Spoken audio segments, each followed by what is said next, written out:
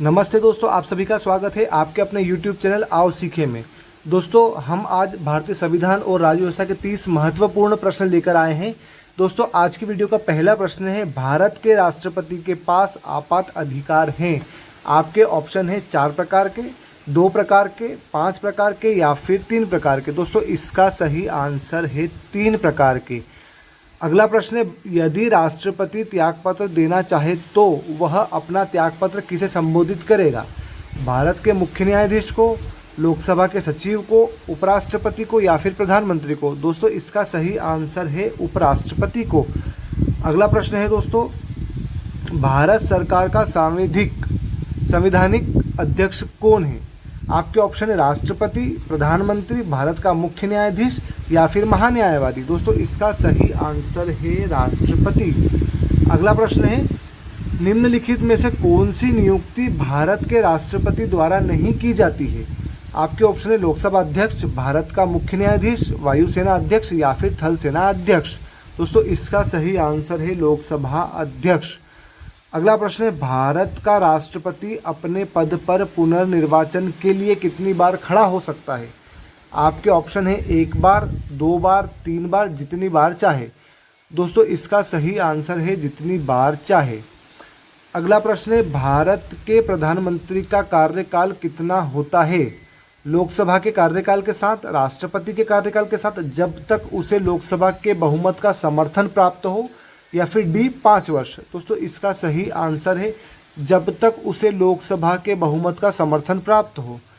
अगला प्रश्न है, आर्थिक मामलों की मंत्रिमंडल समिति ने हाल ही में राष्ट्रपति, उपराष्ट्रपति और राज्यपाल के वेतन में वृद्धि की है।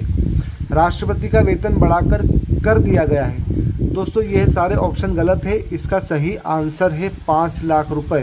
राष्ट्रपति का वेतन 5 लाख रुपए कर दिया गया है, आपको ध्यान रखना है। अगला प्रश्न है, भारत का प्रधानमंत्री निम्नलिखित किस प्रक्रिया से बनाया जाता है? निर्वाचन, नियुक्ति, मनोनयन या फिर चयन? दोस्तों, इसका सही आंसर है नियुक्ति। अगला प्रश्न है, भारत के उपराष्ट्रपति के पद पर लगातार 2 बार कौन रहा था? Doctor S Radhakrishnan, doctor R Venkataraman, doctor Shankar Dayal Sharma, doctor Shri V Giri? दोस्तों, इसका सही आंसर है डॉक्टर एस राधाकृष्णन। अगला प्रश्न है दोस्तों, राष्ट्रपति द्वारा संसद में एंग्लो इंडियन समुदाय के कितने सदस्य नामित किए जा सकते हैं? आपके ऑप्शन है 1, 2, 5 या फिर 8। दोस्तों, इसका सही आंसर है इस प्रश्न के अनुसार 2। किंतु दोस्तों, अभी एंग्लो इंडियन के समुदाय की नियुक्ति का प्रावधान खत्म कर दिया गया है। आप इसे नोट कर लीजिए क्योंकि एग्जाम में ये प्रश्न पूछा जा सकता है। अगला प्रश्न है, राष्ट्रपति का अध्यादेश कितनी अवधि के लिए लागू रहता है? 3 महीने, 6 महीने, 9 महीने या फिर अनिश्चित काल के लिए? दोस्तों, इसका सही आंसर है 6 महीने के लिए। अगला प्रश्न है, यदि कोई राज्य केंद्रीय सरकार के निर्देशों का पालन न करे तो राष्ट्रपति क्या कर सकता है? आपके ऑप्शन है, वह राज्य विधानसभा को भंग करके नए चुनाव को आदेश दे सकता है, वह राज्य के संवैधानिक तंत्र की विफलता घोषित कर सकता है और राज्य के शासन को उत्तरदायित्व संभाल सकता है, वह अनुपालन कराने के लिए राज्य को अर्धसैनिक बल भेज सकता है, उपयुक्त में से सभी कर सकता है। दोस्तों, इसका सही आंसर है वह राज्य में संवैधानिक तंत्र की विफलता घोषित कर सकता है और राज्य के शासन का उत्तरदायित्व संभाल सकता है। अगला प्रश्न है दोस्तों, राष्ट्रपति पर महाभियोग कौन शुरू कर सकता है? संसद के किसी भी सदन के 14 सदस्य, 1/4 है दोस्तों, यहाँ पर आप थोड़ा सा ध्यान रखिएगा, 1/4 सदस्य हैं। संसद के किसी भी सदन के आधे सदस्य, राज्यों के आधे विधानमंडल या फिर किसी भी राज्य विधानमंडल के 1/3 सदस्य। दोस्तों, इसका सही आंसर है संसद के किसी भी सदन के 1/4 सदस्य।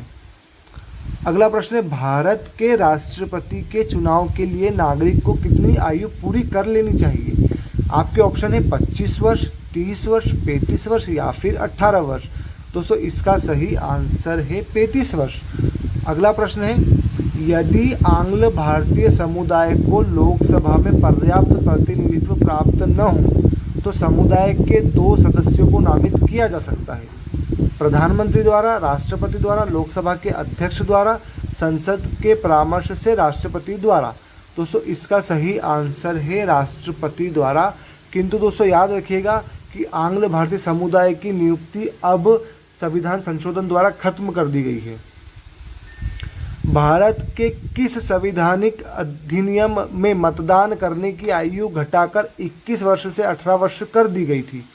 आपके ऑप्शन है 42वां संविधान संशोधन अधिनियम, 61वां संशोधन अधिनियम, 74वां संशोधन अधिनियम या फिर 83वां संशोधन अधिनियम। दोस्तों इसका सही आंसर है 61वां संशोधन अधिनियम। अगला प्रश्न है राष्ट्रपति का पद कितने समय के लिए रिक्त रह सकता है? आपके ऑप्शन है 6 माह, 3 माह, 9 माह या फिर 12 माह। दोस्तों इसका सही आंसर है 6 माह। अगला प्रश्न है भारत के राष्ट्रपति संसद के दोनों सदनों को प्रथम सत्र के प्रारंभ में कब संबोधित करते हैं? पहला प्रतिवर्ष, अगले ऑप्शन है आपके लोकसभा के लिए प्रत्येक आम चुनाव के बाद, ए व बी दोनों, या फिर न तो एक और न ही दो। दोस्तों इसका सही आंसर है 1 व 2 दोनों। अगला प्रश्न है भारत में सेनाओं के सर्वोच्च सेनापति से कौन संदर्भित होता है? ऑप्शन है सेना का जनरल, रक्षा मंत्री, राष्ट्रपति या फिर फील्ड मार्शल। दोस्तों इसका सही आंसर है राष्ट्रपति। अगला प्रश्न है भारत के संविधान के अंतर्गत कितने प्रकार की आपातकालीन व्यवस्थाओं पर विचार किया जा सकता है? आपके ऑप्शन है कोई नहीं, 2, 3 या फिर 4। दोस्तों इसका सही आंसर है 3। अगला प्रश्न है योजना आयोग के अध्यक्ष कौन हैं? भारत के राष्ट्रपति, वित्त मंत्री, प्रधानमंत्री या फिर योजना मंत्री। दोस्तों इसका सही आंसर है प्रधानमंत्री। दोस्तों 2015 से योजना आयोग नीति आयोग बन गया है। निम्नोक्त भारत के राष्ट्रपतियों को क्रमानुसार उत्तरोक्त प्रारंभिक से अंतिम तक क्रमबद्ध करें। Doctor Zakir Hussain, doctor S Radhakrishnan, Fakhruddin Ali Ahmed या फिर वीवी गिरी। आपके ऑप्शन है 2, 3, 4, 1, 3, 2, 4, 1, 4, 1, 2, 3, 2, 1, 4, 3। दोस्तों इसका सही आंसर है, सबसे पहले थे डॉक्टर सर्वपल्ली राधाकृष्णन, उसके बाद थे दोस्तों जाकिर हुसैन, उसके बाद थे वीवी गिरी, फिर थे फखरुद्दीन अली अहमद। अगला प्रश्न है दोस्तों जब सरकार के विभिन्न अंगों के बीच सत्ता का बंटवारा हो तो उसे खालिस्तान कहा जाता है। आपके ऑप्शन है सामुदायिक सरकार, अधिकारों का वितरण, गठबंधन सरकार या फिर अधिकारों का एकीकरण। दोस्तों इसका सही आंसर है अधिकारों का एकीकरण। अगला प्रश्न है दोस्तों भारत के संविधान के अनुच्छेद 75 सी के अनुसार मंत्रिपरिषद निम्नलिखित में से किसके प्रति सामूहिक रूप से जिम्मेदार होती है? दोस्तों आपके ऑप्शन है राष्ट्रपति, संसद, लोकसभा या फिर राज्यसभा। दोस्तों इसका सही आंसर है लोकसभा।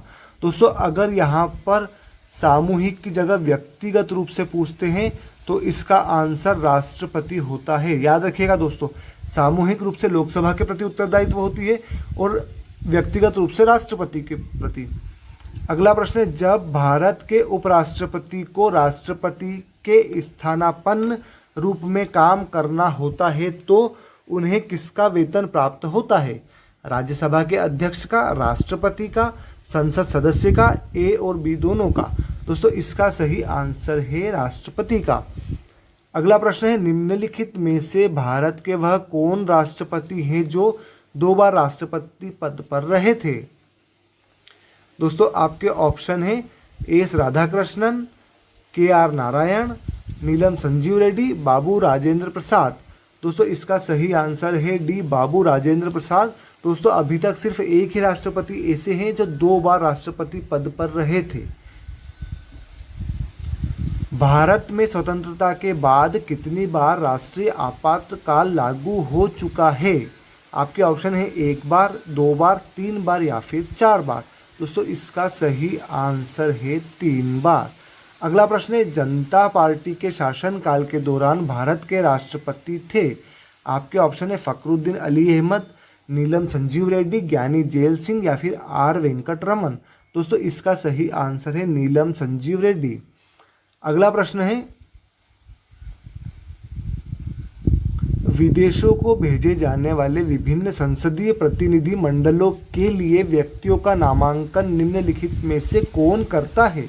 आपके ऑप्शन है लोकसभा अध्यक्ष, प्रधानमंत्री, राष्ट्रपति या फिर राज्यसभा अध्यक्ष। दोस्तों इसका सही आंसर है लोकसभा अध्यक्ष। दोस्तों इस वीडियो का आखिरी प्रश्न है, किसी व्यक्ति को राष्ट्रपति के रूप में पद ग्रहण करने की शपथ निम्नलिखित में से कौन दिलाएगा? मुख्य निर्वाचन आयुक्त, भारत के मुख्य न्यायमूर्ति, निर्गामी राष्ट्रपति या फिर उपराष्ट्रपति।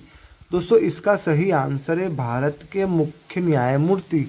दोस्तों आपको हमारा वीडियो कैसा लगा आप हमें कमेंट करके ज़रूर बताएं और आप हमारे वीडियो को लाइक करें, अपने दोस्तों के साथ शेयर करें ताकि इस तरह के वीडियो बनाने के लिए हम प्रेरित हो सके। धन्यवाद दोस्तों।